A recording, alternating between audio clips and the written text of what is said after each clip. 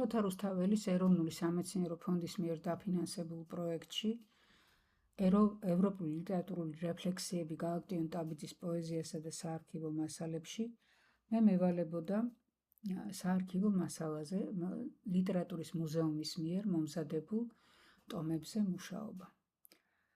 საერთოდ მასალის მომზადება ისეთი ტიპის ცნობარისთვის, რომელიც პროექტის ფარგლებში ჰქონდა გათვალისწინებული, საკმაოდ რთულია, იმიტომ რომ მასალა გარდა იმისა, რომ ამოსაკრებია სხვადასხვა წყაროებიდან, აუცილებლად საჭიროებს დამუშავებას და კვლევას. მაგალითად, 1935 წლის ერთ-ერთ ჩანაწერში გააგტიოს იმ საარქივო გამოცემაში ნახსენები იყო შეგვხვდა ესეთი ჩანაწერი ნიზამი და ფრჩხილებში საფრანგეთი. მოგეხსენებათ, ამ წელს გააგტიონ იმყოფებოდა პარიზის მწერალთა კონგრესზე და მაგრამ ნიზამთან რატომ უნდა ყოფილიყო საფრანგეთი მითითებული და არა ჯერ ერთი სპარსელი პოეტიც ვერ იქნებოდა, იმიტომ რომ ბუნებრივია მე-12-13 საუკუნის პოეტი ნიზამი ვერ იქნებოდა ამ კონგრესზე. მოკლედ, ესეთი რაღაცები გასარკვევია ხოლმე. ამ შემთხვევაში საქმე გქონდა იმასთან, რომ ავტორს თვითონ ცოტა გაურკვევლად ეწერა მწერლის გვარი და ამოკითხული იქნა ნიზანის ნაცვლად პოლ ნიზანი იგულისხმება ფრანგი მწერალი, რომელიც ამ კონგრესს ესწრებოდა. მოკლედ, გარდა იმისა, რომ მასალა ამოსაკრებია და საჭიროებს, ასე ვთქვათ, ანოტირებას, ბევრი რამ არის ხოლმე დასაზუსტებელიც. ასევე ხშირია შეცდომები, რომ ტექსტის ამოკითხვის დროს ავტოგრაფში თვითონ არის დაშვებული შეცდომა, ან ძალიან რთული, ან ხელნაწერი წვრილია, გადაწერილია ერთმანეთზე სიტყვები და ასე შემდეგ და ესეთ შემთხვევაშიც ძალიან დიდი მუშაობა გვჭირდება.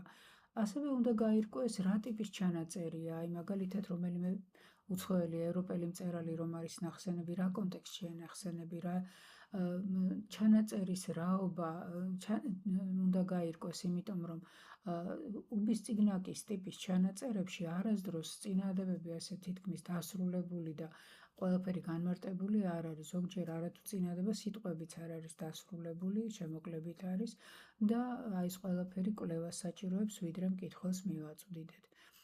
გადავწყვიტეთ, რომ მეცნიერებისთვისაც და მკითხველისთვისაც უფრო მოსახერხებელი და საინტერესო იქნებოდა თვითაულ ასეთ ამონაწერთან ზუსტად გვექნებოდა მითითებული წყარო. მასალის რა ტიპის მასალა გვხვდებოდა ახლა აქ ჩვენ ევროპასთან გააგტიონის მიმართების ამსახველი. არის ევროპელ ავტორთა თარგმანები გააგტიონის მიერვე შესრულებული. ეს არ არის სხვათა შორის მარტო პოეტური თარგმანები, თავიდან პროზაული თარგმანებიც ჰქონდა. ხშირად გააგტიონი რაიმე უცხოური ლექსის თარგმნას რომ იწყებდა, ძალიან ხშირად მას მოსდიოდა შთაგონება და გადადიოდა, აკეთებდა თავიდან იმპროვიზაციას, მაგრამ შემდეგ უკვე ისე წყდებოდა სათარგმნო ტექსტს, რომ ავტორს გადახაზავდა კიდევაც და ახალ სათაურს აწერდა ლექსს და ნამდვილად ახალი ლექსი იყო.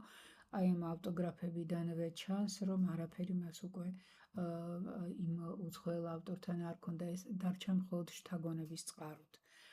ზოგადად ის რომ ბევრი უცხოური ტექსტი მისი შთაგონების წყაროა, ამის შესახებ გააგტიონ თვითონაც აღნიშნავდა, მაგალითად ეფემერასთან დაკავშირებით აღნიშნავდა, რომ ეს ჯეკ ლონდონისგან მიიღო ეს შთაგონება, ამის შესახებ ფუნდამენტური კვლევაც არსებობს. ხშირად უცხოელი ავტორის სათაურს შეიძლება ეს არ ყოფილიყო მაინდა-მაინც ლექსის სათაური, გააგტიონი თვითონ იყენებს ლექსის სათაურად. ხშირია უცხოური ტექსტების წამძღვარება ორიგინალური ლექსების ეპიგრაფებისთვის გააგტიონის მიერ. ტექსტებში ხშირად თვითონ ტექსტში ხშირად ხვდებით ციტირებებს, ალუზიებს. როდესაც გვაქვს ტიპის ჩანაწერი, არა პოეტური, არამედ ესეთი პროზაული, ანალიტიკური, გააგტიონი შეფასებას აძლევს თავის აზრს გამოთქვამს ამა თუ იმ ავტორის შესახებ. და არის ჩანაწერები, როგორც აღნიშნე, რომელთა რაობაც, ანუ ვთქვათ, რას გულისხმობს აი ვიღაც ავტორის გვარი ჩაწერა ისეთ კონტექსტში, რომელსაც მასთან არაფერი კავშირი არ აქვს და რაღაც ან ბიოგრაფიული, ან თქვათ ისტორიული წყაროებით შეიძლება რაღაც ვარაუდების დაშვება, რატომ შეიძლებოდა აქ ეს ავტორი გახსენებოდა. მაგრამ რა თქმა უნდა, ბევრგან მხოლოდ ვარაუდს გამოვთქვამთ და ამას დაბეჭითებით ვერ ვამბობთ. ტექსტის დაზუსტება. როგორც აღნიშნეთ, ავტოგრაფები ძალიან ხშირად არის მაგალითად გალაქტიონს ყველა ავტორის ხელწერას თავისებურება აქვს. გალაქტიონი მაგალითად ერთრკალიან დ-ს ისე წერდა თავღიად, როგორც լ-ს, ერთრკალიან լ-ს. ძალიან ხშირია კიდევ აი შ-ს და մ-ს შორის განსხვავების პოვნა. ამიტომ ავტოგრაფების კონტექსტი ხშირად გვეხმარება ხოლმე მათ ამ მოკითხვაში, მაგრამ როდესაც ეს კონტექსტი არ არსებობს და მოწყვეტილად არის რაღაც სიტყვები ჩასმული, ანუ დღიურში 1000 რაღაც მოსდის გონებაში და იწერს მოკლედ იწერს და დასრულებული აზრები არ არის მხოლოდ მინიშნებები. აი აქედან ამის კვლევაა საჭირო. არა აქვს მნიშვნელობა რაღაც ტექსტი უკვე გამოქვეყნებულია თუ ჯერ არ არის გამოქვეყნებული, ჩვენ მაინც ტექსტოლოგიურ სამუშაოს ფუნდამენტურად ვატარებთ და ყველაფერს ვამოწმებთ ხელახლა ავთენტურ წყაროებთან მიმართებით, გალაქტიონის სიცოცხლის დროინდელ პუბლიკაციებთან და ავტოგრაფებთან შედარებით. აი ესეთი ტიპის უზუსტობები, მაგალითად, ახლა ვთქვი, რომ ავტორიც ხშირად უშვებს ხოლმე თვითონ შეცდომას, მაგალითად, მას ჰქონდა ესეთი ჩანაწერი, საარქივო გამოცემაში არის ესე გამოქვეყნებული ამიელ, ანუ ცხოვრება შელის. და გავარკვიეთ, რომ ეს ლაპარაკი უნდა იყოს ანდრე მორუას ტექსტზე „არიელი, ანუ შელის ცხოვრება“. ნამდვილად ავტოგრაფი გადავამოწმეთ და ამიელი უფრო იკითხება ვიდრე არიელი, თუმცა აი გაკრული ხელით შეიძლება ეს մ-საც მივამსგავსოთ, მაგრამ ბუნებრივია აი ასეთი შეცდომებისგან არც ერთი ტექსტოლოგი არ არის დაზღვეული და ამიტომ საჭიროა ხოლმე, როდესაც ეს ახალი ტექნოლოგიები შემოდის, ახალი შესაძლებლობები მოგვეცემა ხოლმე, ყველაფერი უნდა გადამოწმდეს და არ მოხდეს უბრალოდ კოპირება რაღაც მზა ტექსტის. ტექსტის რაობის გარკვევაში, როგორც აღნიშნე, პირველ რიგში გვეხმარება თვითონ კონტექსტი, ამიტომ ჩვენ ეს ამონარიდებს კონტექსტის სახით წარმოვადგენთ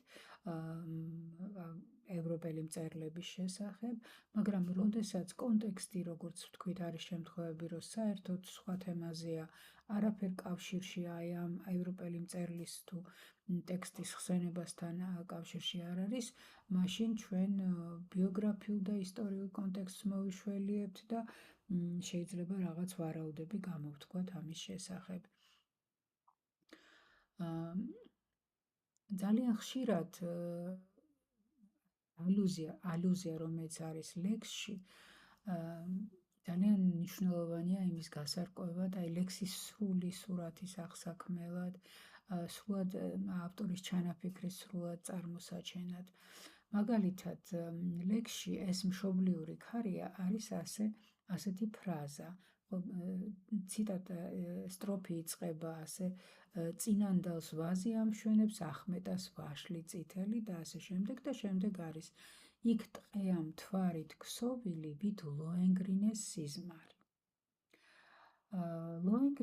ლოენგრინე ეს არის ვაგნერის ოპერა, რომელსაც გალაქტიონი სხვაგანაც არაერთგან ახსენებს, მაგრამ ამ შემთხვევაში თითქოს შეუსაბამო იყო აქ აშკარად ვიზუალურ შედარებასთან უნდა გქონდეს საქმე და რატომ უნდა იყოს ვაგნერის ოპერა ნახსენები.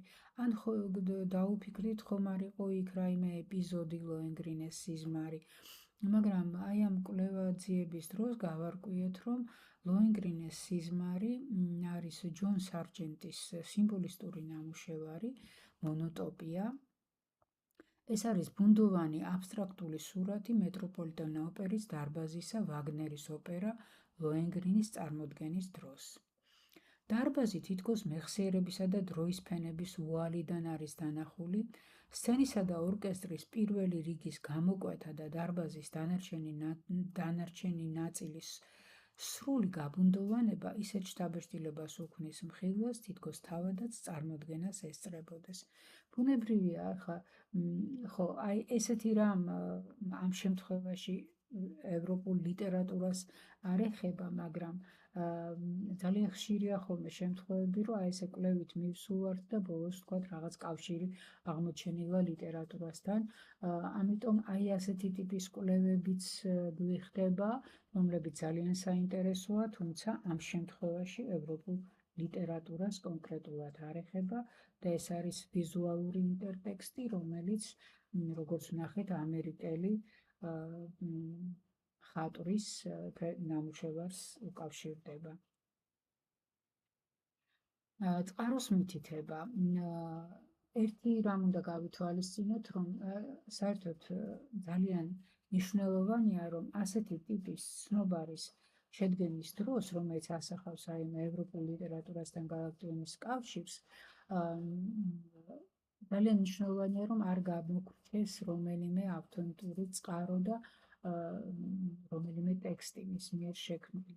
აქ არ აქვს მნიშვნელობას პროზაული ტექსტი, იქნება პოეტური თუ უბრალოდ ჩანაწერი, ყველაფერს ვამუშავებ და იმის გამო, რომ ჩვენ რაიმე არ გამოგვრჩეს, ვამუშავებთ როგორც ვთქვათ, ლიტერატურის მუზეუმის მიერ გამოცემულ 25 ტომს, ისევე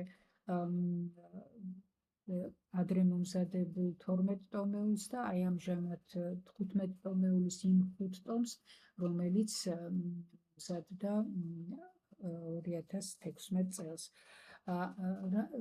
როდესაც აი ამ შემთხვევაში საარქივო გამოცემაც და ეს აკადემიური გამოცემის 5 ტომიც ორივე აკადემიურად მომზადებული მასალაა, მაგრამ ასეთ შემთხვევაში წყაროდ ვუთითებთ ხოლმე იმ წყაროს, რომელიც უფრო გვიანდელია, ამ შემთხვევაში ეს არის 5 ტომეული, იმიტომ რომ საარქივო გამოცემა, რომელზედაც მუშაობდი, 2005-8 წლებშია მომზადებული.